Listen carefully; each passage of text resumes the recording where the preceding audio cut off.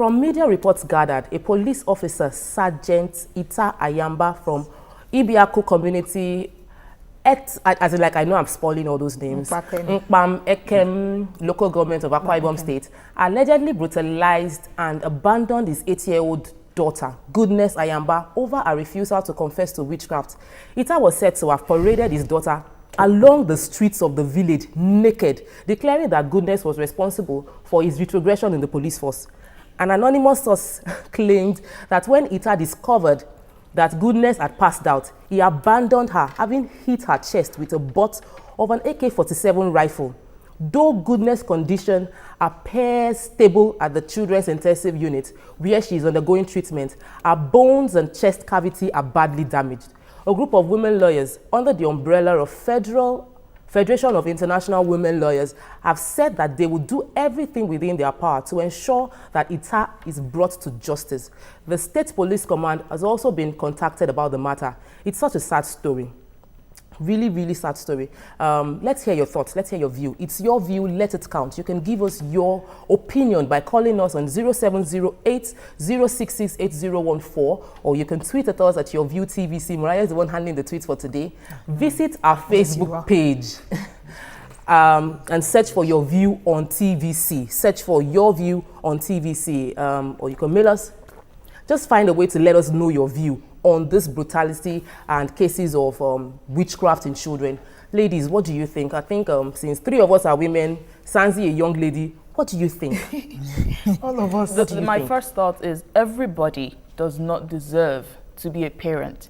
Then secondly, I don't understand, there's this thing, we are obsessed. I don't know if it's a Nigerian factor or it's an African factor. I've seen a lot of reports on it. I was on the internet yesterday and I saw a lot of reports on witchcraft, in most especially circulating within this Akwa Ibom area, precisely in Nigeria. It is amazing what they do to these kids. Aside from this Goodness case, there was this, I think that was in 2012, was it Wankwo Editor, so where he was accused by a doctor, a pastor, of being a witch. And then there's another incident of an 8-year-old boy within the same area who was locked up in the room with his dead mother, accused of killing his mother. And I don't understand why they're going to treat these kids this way, because sometimes the problem is they look at certain weird characters in kids, like probably autism. Autism is a typical example of some certain weird behavior, or a relative doesn't like you, you're an orphan, and then they just term you a witch. And I think that is absolutely cruel. We're feeling you seriously. That is cruel. Apparently, the guy Ita had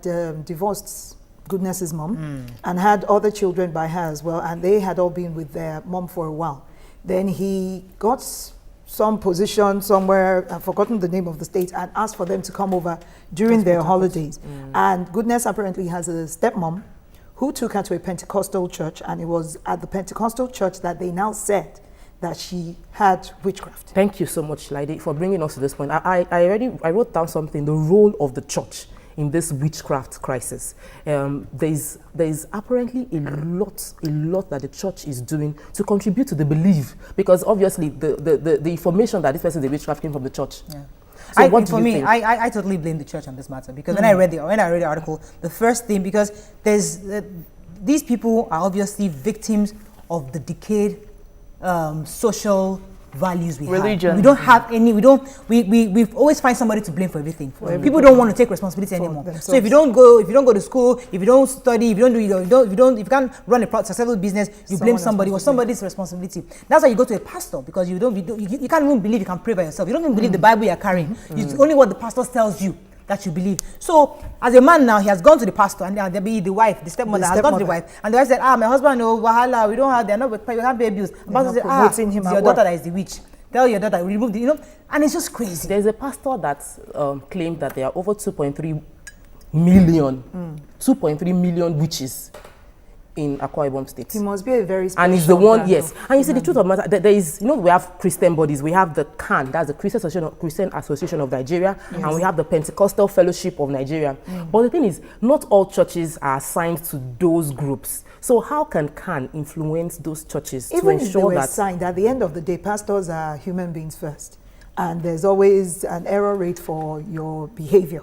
So whether or not you're assigned to a national association that covers that sector, it doesn't necessarily mean that the pastor would do everything according to what the... And I hear the pastors make money from delivering the person from witchcraft. Oh, they make a lot of money from it. I never heard they make money from it. Yeah. I've never heard that part. I read that they made money I from think maybe CAN or whichever of these associations must be able to put out modalities on doing deliverance. What if you discover maybe Mr. A or Mr. B or a minor is a witch or whatever? There has to be a process. You cannot just tag this person a witch and then throw her back into society for her father to beat her up and almost on her. Okay, how can we take let me just bring in another perspective to this. The role of Nollywood in propagating this negative information. I don't want to jump into the Nollywood argument today because it wasn't exactly mentioned, and I don't want to be the one to compare it because it wasn't in the story at all. No, I'm not talking about generally, not about the story, just generally about the fact that we see in movies, a lot of movies. Yes. Like a lot of movies, we see people that, you see a 3-year-old, 5-year-old confess to killing his or her parents, and they beat that spirit out of. I'm more concerned about the abuse on a minor. I'm not even talking about what led to it and what they suspected the child of being. I'm more concerned about the abuse to a minor. Whether or not the child is suspected to be a witch, why would any person, even if he were a parent or not, hit a child with an AK-47 rifle in the chest? So you don't think that the Nollywood can help us to reorientate people in terms Human of beings I think that the Nollywood argument obviously is very valid, but I don't think it's appropriate to bring it up here in the sense that because this issue actually is totally different from what happens. Yes, you have a point, but I think it's something we can totally different on a different day. But the truth is, just like she rightly said, that girl was obviously battered by her father, and that man should be held responsible. Now, we shouldn't claim immunity because number one is her father. You know how people are scared that because that's my child, I can do whatever I want to do. No, the law should take effect, and he should be put in jail. Now we know that this thing occurs predominantly a lot within the Cross River and Akwa Ibom.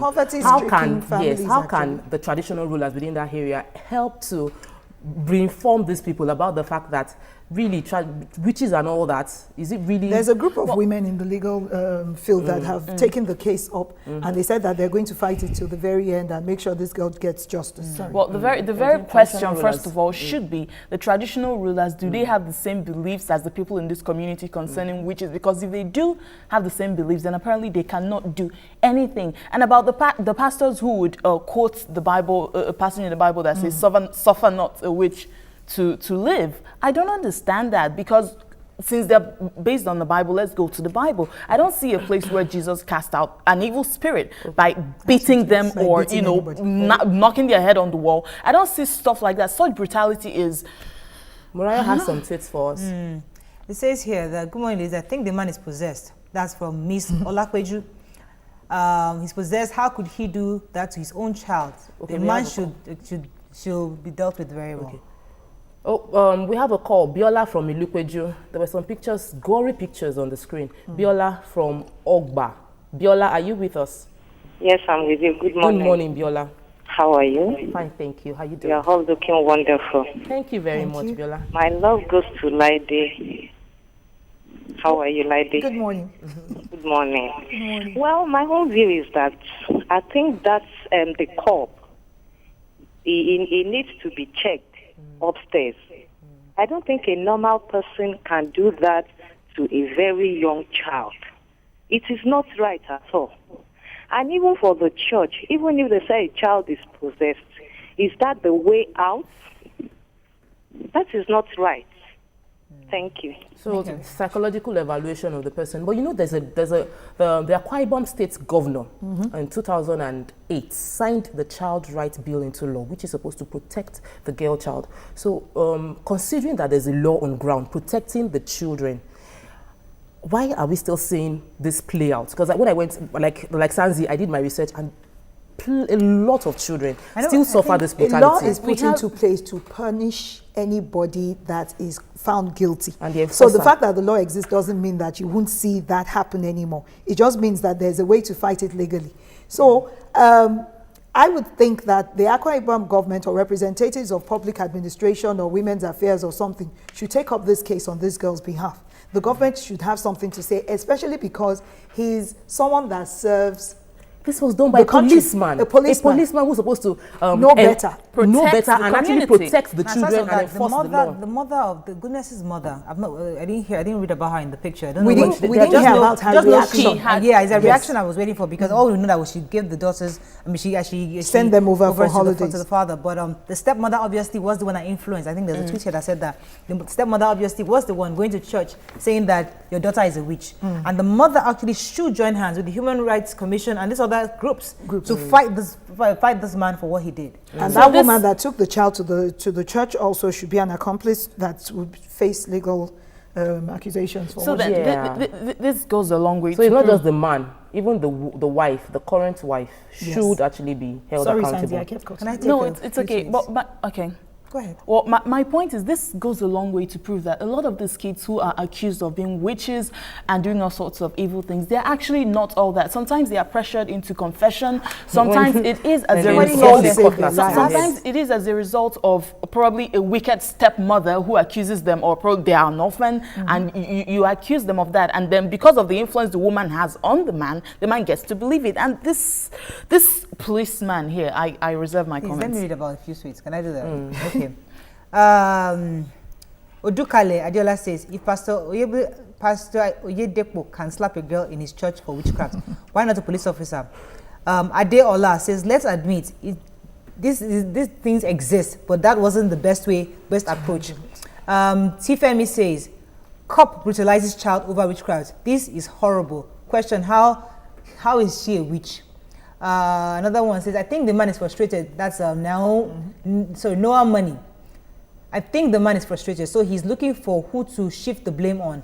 It's so unfortunate that the girl can't defend herself. Exactly. And as an adult, if I was beaten black and blue, I would confess to anything to just save my life for that moment.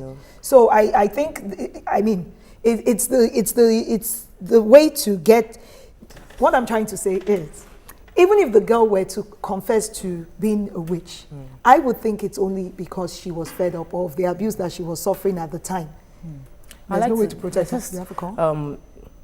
What I'll just want to say, because we've all made very, very salient points, is that we know that they are spiritual beings. We cannot ignore the fact that there is a spiritual world and there are spiritual beings. But when in any way you find out somebody you know, or your child, or someone that is around you is possessed by any spiritual being, the line of action shouldn't be to beat that person, but to love and pray it out of the person, not beating. No child should be brutalized in any way, even if the child actually confesses without any compulsion that is a witch. Really a very, very touching subject, and we pray that, I hope that the government actually does something to curb these actions one way or the other. Now, that's all we can take on hot topics. The 255 million armored car purchase saga continues on Let's Talk. We'll take a short break. When we come back, we'll deal with that. Welcome back. Last week, Sahara reporters broke the story on Aviation Minister Stella Odua's $1.6 million car purchase scandal. The minister later admitted that she used the fund of the Nigerian Civil Aviation Authorities, NACA, to buy 2 BMW armored cars for her personal use because of the imminent security threats to her life. This scandal has opened a can of worms about the aviation ministry, and the Nigerians are agitating for immediate sack of the minister. And investigations into the transaction in recent developments, there is an alleged manhunt for the government official who leaked this information about the car. The idea is they want to search, and the idea is to find the person that leaked the information. Should that be the focus? Should we keep looking for the person that leaked the information, or discuss the fact that a lot of money was spent on buying a car that we don't actually need, or that is inflated considering our current financial situation? I have with me a guest, a special guest, that is the Deputy Secretary General of the Airline Operators of Nigeria. His name is Alhaji Mohammed Tuko, who will shed more light on this matter. Welcome to the show, Alhaji. Thank you very much. It's good to have you. I know you have a lot to say on this matter because you're personally involved in it. Yeah, thank you very much. So what do you think? Should the attention be on searching for who leaked the information, or should the attention be on judging whether it's right or wrong to buy these cars at this point in time in our country where we're complaining of financial situations? Well, first of all, it's on the issue of who linked the story or who leaked the information. information was linked by the executives or the staff who are not happy and who are in a very difficult situation. Let me start by saying that the Nigerian Civil Aviation Authority, even the current MD, who went ahead and trying to cover up, he just came in. And he doesn't know why they delay for his appointment. They delay him to come and take over because they wanted to siphon their money. Because the acting DG, who has been, when the former DG NCA left, he only handed over to a director. And a director is not acting, because you can only have an acting DG in the Nigerian Civil Aviation Authority when there is a current DG. There is a procedure. What is the procedure? By the time that Mr. President selects you, collect your CB, he handing over it to SSS, and they will go and, check whoever you are from your local government down to your primary school, and after clearance, sent to the National Assembly. The National Assembly interrogate you and make all the necessary investigation. If they are satisfied, then you are appointed a DG. So when you are appointed a DG, neither the minister or the president that can sack you, nobody. You have 5 years to remain in that office. The only way that you can be removed in that office is when you are involved yourself into corruption. Then the National Assembly will invite you and debate it and remove you. And that's the procedure. Okay. So, but what they did, the moment former Director General left Damoren, there is a lot. That's why Damoren was, I know his time has finished really. They are looking, we are looking that maybe he might have some extension, but there is an extension given about 2 times. So we have no option for him, he have to go. So what they did, he only handed over to anybody he saw that okay, hold this document before appointing the next DG. Next DG.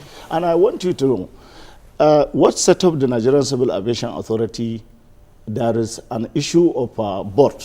There is a board, but there is no any board. So that's what the whole... So you feel there's a conspiracy on ground? That's exactly what has happened. That was meant to leak that information out. The director has no right whatsoever. Has no right. There is no board. Nobody to discuss about whatever they wanted to buy. 1.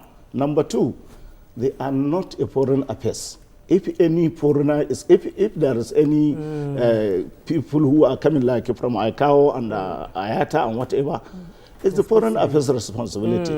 So that excuse, do you understand? All this excuse is unnecessary. So what was the purchase? Was it done under the DG or under the director? That director is under the director. So that means that, and the director doesn't have a right to sign off on such a payment? Yeah, because at that time, they just give the guy immediately, he come in and they, going to Abuja knowing how much they have and so on and so. And this is the money that me and you and the passenger contribute. Because I wanted to tell you, in every ticket you buy, airline normally remit 5% of the total value 5%. Of the ticket you buy. Every ticket of individual. And that's the 5% sent to Nigerian Civil Aviation Authority. Okay. So all what they did, just to cover whatever they have answered. And I wanted to add one thing. Stella, the Minister of Aviation at that time, we have money coming to Nigerian Civil Aviation Authority by the World Bank to tell you that there is a plan. So that money is for the training, because normally World Bank sponsor our engineers and the other, they are assisting Nigeria for training. But when she comes, she demanded that money should be sent through her office. So then the World Organization just cancel it. Oh, so we didn't get that money? They cancel it. So because of, as a politician, you don't ask anybody to give you money through your office. Yes. Number 1. Number 2, Nigerian Civil Aviation Authority is autonomous. Everywhere in the world, they are autonomous. But what did they do? And she just want to put I'd like to invite our callers. We know that you have interest in this money. It's our money that has been spent in a way that we feel wasn't right. To give us your view, you can call us on 0708 066 8014, or you could tweet at us at Your View TVC. Morayo will read your tweets. I have another question. You see, there's a statement that did this go through, this payment process, this enterprise, was it budgeted for appropriately, and did it go through the National Assembly? If you listen to the member of the National Assembly and Senate yesterday, there is nothing like that. It wasn't in the budget? Yes. If you listen to their comment yesterday, and there is nothing. They have not budget for this purchase. But sir, an amount, $1.6 million, that's 255 million naira, is too much an amount that can get out of the country, of the account, without being following the due process. You know, we have this due process thing, any amount, I think about 100 million over, you go through due process. So a lot of people get to sign. So are we saying that all those people didn't sign, or they signed without checking out what they were signing on? Let me tell you, sorry, there is no any due process follow. Because I can tell you, as I'm talking to you right now, there is a standard order by the Honorable Minister whereby every agency contribute not less than 500 million into a separate account. And all these agencies, they are in a very difficult situation. Because today, if you are going for a training, they will ask you to go and train yourself, and when you come back, you can't even get your money. Okay, we have Sam from Ebute Meta. Hello, Sam. Hello, Sam. Good morning, Sam. Hello, how are you good doing? Morning. Good morning. Good morning, Sam. Thank you very much. Yes, this topic is very, very interesting. Now, the revelation of this information, I believe, to me, it is answer to many prayer of many Nigerians. This is a country where ASU is on strike going for 4 months now, and the government said there's no money to honor the agreement that they duly entered. And then you are now telling Nigerians that it is justifiable by whatever reason for one person to buy an armor car of 255 million. Now, I want to tell you that if you distribute that money, 1 million to one Nigeria, it means that 255 million Nigerians will be millionaires. And they can use that money to better the loss of thousands and thousands of Nigerians. And we are also told this morning in one of the news that presently the presidential have 12 aircraft, and one of the aircraft costs about 16 billion naira. And that tells you that when you expect ASU to sacrifice, then the government don't look at any area of cutting wasteful spending. They only demand sacrifice from ASU. And this is the problem that is putting this country where we are now. Nobody is ready to sacrifice, but they expect Nigeria to sacrifice. Thank you so much, Sam. Thank you so much. For others to call. Thank you so much. Will there be punitive measures against the minister? And what else would they do to the other conspirators? Everybody that signed on that entire paper that got the car out, would there be punitive measures against them also? No, really. Because you have the law. Already, I think the president has already ordered the two agencies, ICPC and EFCC, to go in. What do you think they can do? Well, as yesterday, I have been in the airport in Abuja. I have seen the minister coming in to board the BA, British Airways, yesterday. So strange. I saw her alone in the car with the driver, no police, nothing. And she coming, you know, that's the kind of embarrassment you are having. Because if somebody with respect and all the clapping, people are clapping that she has done this, she has done. At the end of the day, all this kind of movement is awful. And this is not the only issue. There is another issue of a two limousine from Manama. And let me be frank with you. If the agency want and investigate all the agency, and I can assure you that Nigeria will be shocked of what is happening. We hope that gets to happen. We have Elizabeth from Egbeda. Hello. Oh, Elizabeth was so sorry. I'm so sorry. Could I play devil's advocate for a quick second? As we all know, it was the agency that made the purchases of the car. So could you really say that the minister should be the one to face the music where the inflation of prices has come into play? Or could we accuse the office instead? The officer who did what he did, that's why I'm even surprised when the DG NCA that trying to defend something which he might have a problem with the senators now. Yes. The main reason is you don't come and certain depending on what you are not involved. Do you understand? And secondly, that's put some kind of question mark on him. No matter how he want to depend, if I were him, frankly speaking, I will tell Madam that, sorry, Madam, this issue, I'm not around when this happened. And I think allow we people to see how we are going to handle it. I'd like to ask you a question, sir, a direct question. Because my own view on this matter has changed a bit, because I was able to take in a few of the information since yesterday.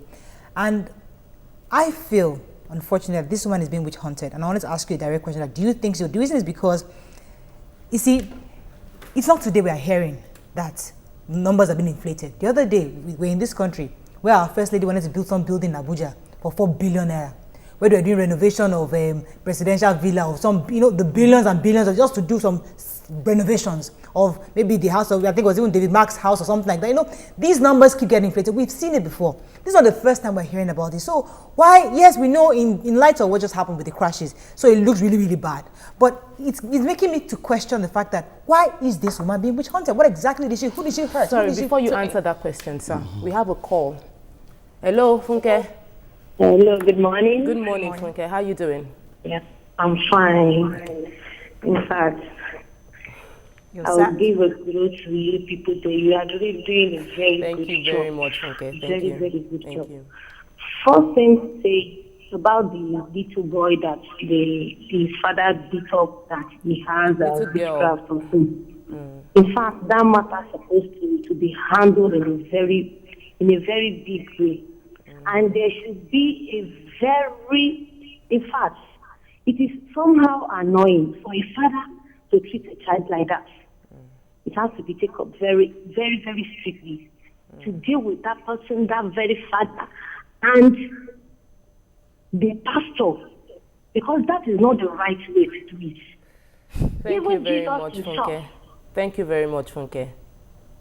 Thank you, Funke. Okay, sir, please answer the question. My sister, let me explain to you, tell you that nobody is witch hunting Estella. We have given her all the support you think. I have discussed with her one-on-one. The first time when she bring the road map of the aviation. And let me tell you, I wanted to confess to you that it is opportunity for her, because she is not the one who having the road map. It was the former minister. If you remember, there is a time we airline operator, because of NAMA, we said we are not going to take any more charges on our head. And we want to shut down the airspace, that we are not going to fly. And the former minister quickly intervened, and we have an opportunity to set up a committee. I'm a deputy chairman of the small committee, and we negotiate. If they can give us a waiver for our spare part and the aircraft, then we can be able to pay those charges. Luckily, this is what we are fighting for long. Then Mr. President approved that particular waiver. But guess what's happened? At the end of the day, if you want to import an aircraft today, you must go and for her to sign for you. I'm coming. The renovation, or whatever they call it, whether modernization and whatever. The only airport I went to inspect, and I went to myself personally to attend for the opening, is Enugu Airport. Do you know why I went? I went to Enugu Airport because I want to see what they have done to their area. I didn't go to Kano. I went to Enugu, and I want to see what did they do, so that I'll see the quality, then I can say, they did well. Yeah. Do you understand? Were you impressed? So, let me tell you, 30% it has been done there. All this information doesn't come from us. We are not a PAM. Do you understand? We are not interested on whatever they spend. We are interested about the safety. Yeah. Do you understand? Because we are the one operating those aircraft there. So guess what? It's just 30% of the work. After Mr. President launching the whole thing. We have a call, sir. We need to take his call. This is our last call for today. Prince, you're welcome. Please give us your contribution in 30 seconds. Good morning to you, the beautiful man in the studio. Thank you. And good morning to you, our guests in the house. Thank you. Good morning to all of you. In this country, where they fail to pay us, they were telling Nigeria no money to pay us. But my concern is this: if you possess a car worth of 76 million naira, and you inflated it to 250 million naira, I was told to do something very fast. The first thing to do, suspend the DG. Number two, suspend the exception that's the president of Odua. for to investigate into this matter. When you say 26 million minus 250 million in this country, that you are telling us you have no money to pay us to. If you pay us to, the Nigerian economy is going to collapse. And someone somewhere is what is mess. We have 42 ministers. If other ministers do the same, thank you so much. We know you are very passionate about this. We all are passionate. But I have a question for you, sir. And this will be our last question, so we have to be fast about it. Did you think she should voluntarily resign or be sacked? Also, let me just add to that question. What part do you think Koschari's played in this? But first answer, should she resign voluntarily or should she be sacked? Okay, the resignation is her choice. Do you understand what I'm saying? And whether sack is the decision of the Mr. President. So it's left for you, you know, to sit down and Mr. President to look at it, what he should do, to do, whether to resign or to remain. But all I know, what I'm appealing, the agents, I mean, the other agency like NCA, I mean, AFCC and ICPC, they should go in and check this allegation and, you know, find out if it is true or whatever. The law should take its course. And I wanted to tell you that the person who has been given the contract to renovate Enugu, they have to. ARIC is doing what we call visual approach. Do you know visual? No ILS. They have to go to Katsina to remove the ILS in Katsina. It doesn't matter. Katsina, there is no any aircraft going there, much is shatter, and they fix it there, and it's all. What stopped them to take the money and put it down there? That's what I'm saying. When you are going to do something, please do it right. Thank you so much. You know, we are talking about Nigeria, no matter where you come from. I don't have enough time to tell you what to transpire between me and how we help her. Thank you so much, sir. Thank you so much, Alhaji Mohammed Tuko. It was really, really good to have you. You've enlightened us so much and we appreciate you. Thank you all for watching the show. You can watch a repeat broadcast at 11 p.m. today. You can also watch previous episodes on YouTube. Search for Your View TVC. Join us tomorrow for another interesting show. Bye for now. Also, before I go, the World Health Organization, WHO, statistics say that 30 Nigerians die of cancer every hour. The best cure for cancer is early detection. Please go for your screening today. Have a wonderful day. Bye.